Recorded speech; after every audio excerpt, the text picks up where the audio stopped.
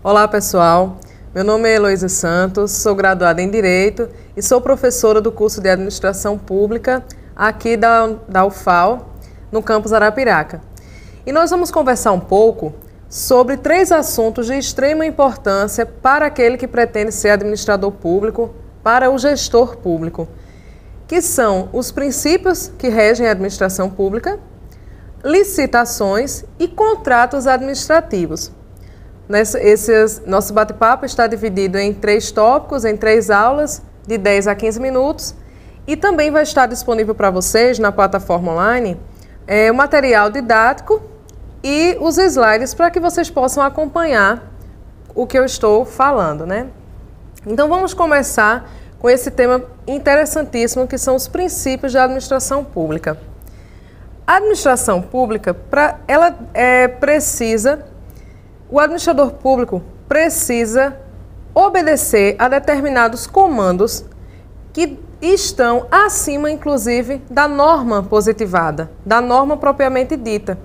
São, inclusive, desses comandos valorativos que a norma adveio.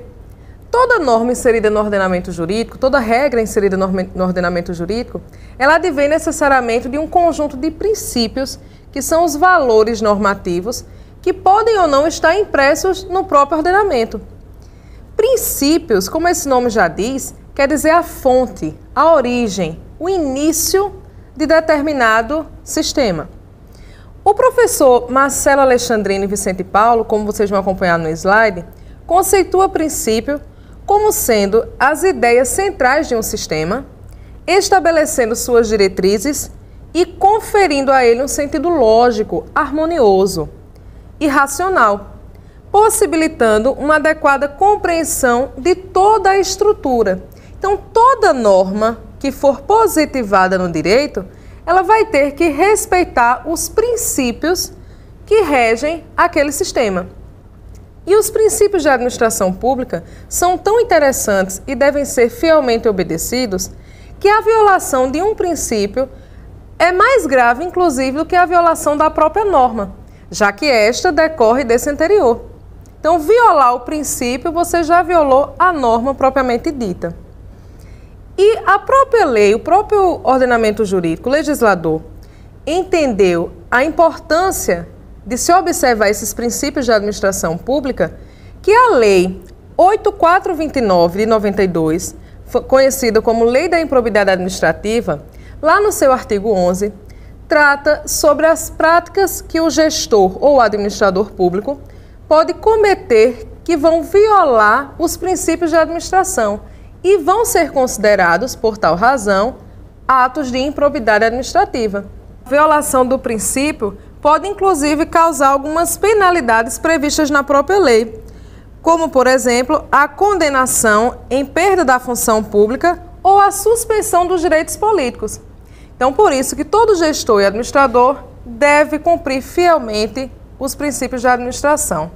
Mas quais são esses princípios? Acompanhando o slide, vocês vão ver que os doutrinadores, de forma didática, para um entendimento didático do assunto, subdividem os princípios em supraprincípios da administração, os princípios explícitos ou expressos, que estão lá no artigo 37 da Constituição Federal de 1988, e os princípios implícitos. Esses não estão descritos propriamente na norma, mas também precisam ser fielmente observados. Por nosso tempo, nós vamos comentar um pouco acerca dos supraprincípios e dos princípios explícitos. Mas o material didático para vocês tem todo o assunto completo. Então, a começar pelos supraprincípios. Um dos supraprincípios, nós temos a supremacia do interesse público, que pode ser definido como havendo o conflito de interesses entre o interesse público e o interesse privado, o interesse público deve prevalecer, respeitados, todavia, os direitos e as garantias individuais. Mas veja, como eu coloquei na figura, o interesse público é representado pelo braço mais forte, porque a supremacia, o Estado, o gestor público, a administração pública, deve atuar no sentido de fazer valer o interesse da coletividade, porque ele busca a satisfação do interesse de um povo. Então, os administrados, um em particular, o interesse de um especificamente, não pode se sobrepor ao de outros. Como exemplo, a gente pode dizer a requisição de uma propriedade privada. Em estado de quando acontece uma calamidade ou uma enchente, a administração pública pode requisitar a um particular que disponibilize o seu imóvel para alojar aquelas famílias que ficaram desabrigadas por conta de uma enchente, e o particular, em vista do princípio da supremacia do interesse público, não pode se negar, podendo ser coibido a entregar o imóvel pelo tempo necessário, inclusive por ordem judicial. Ainda quanto aos supraprincípios, nós temos a indisponibilidade do interesse público, onde consta que a administração não é dona da coisa pública. Veja bem, o interesse público, a coisa pública pertence, é de titularidade do povo. O gestor e o administrador, ele apenas está tomando conta, vamos assim dizer, administrando os interesses legítimos que pertencem ao povo. E de tal forma, ele tem que ter o maior cuidado e respeito com tais direitos e interesses.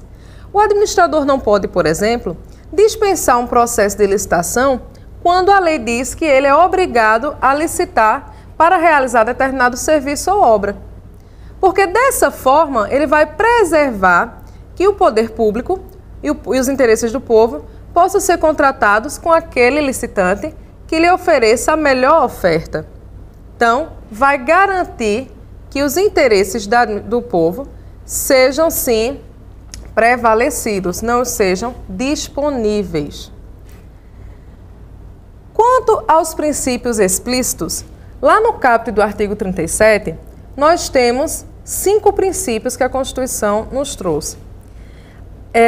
Lá consta que a administração pública, direta e indireta, de qualquer dos poderes da União, dos Estados, do Distrito Federal e dos municípios, obedecerá aos seguintes princípios: da legalidade, da impessoalidade, da moralidade, da publicidade e da eficiência. Até para fins de memorização, a gente aprende a sigla LIMP, com a inicial de cada um desses princípios. Então fica fácil para a gente poder entendê-los. Sobre cada um, vamos entender.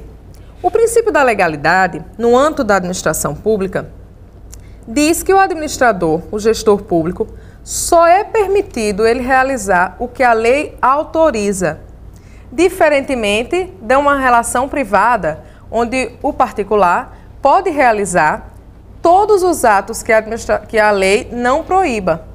Já o gestor público só pode realizar os atos que são expressamente autorizados, permitidos pela lei. Por sua vez, o princípio da impessoalidade traduz a ideia de que a administração tem que tratar a todos os interessados de maneira benéfica, sem discriminação e de maneira igualitária, sem detrimento de um e de outro, como bem afirma o Celso Antônio Bandeira de Mello. Isso significa, por exemplo, que não pode haver preferência entre atender o interesse de um administrado ou de outro. Esse princípio é o que garante que casos como de nepotismo deixem de existir ou sejam coibidos, porque a partir do momento que você prefere uma pessoa por ser seu parente, o gestor está deixando de respeitar o princípio da impessoalidade em benefício próprio, em benefício particular. Outra situação que especifica bem esse princípio da impessoalidade é quando o gestor público, ao fazer a publicação sobre uma determinada obra ou serviço, colocando aquelas placas numa determinada construção de um prédio, de um hospital, ele deve colocar que a administração pública aquilo foi realizado pela administração pública, seja do município, do estado ou da União, e não colocar o nome do gestor, ou os símbolos, ou a foto do gestor em particular, porque aí fere o princípio da impessoalidade.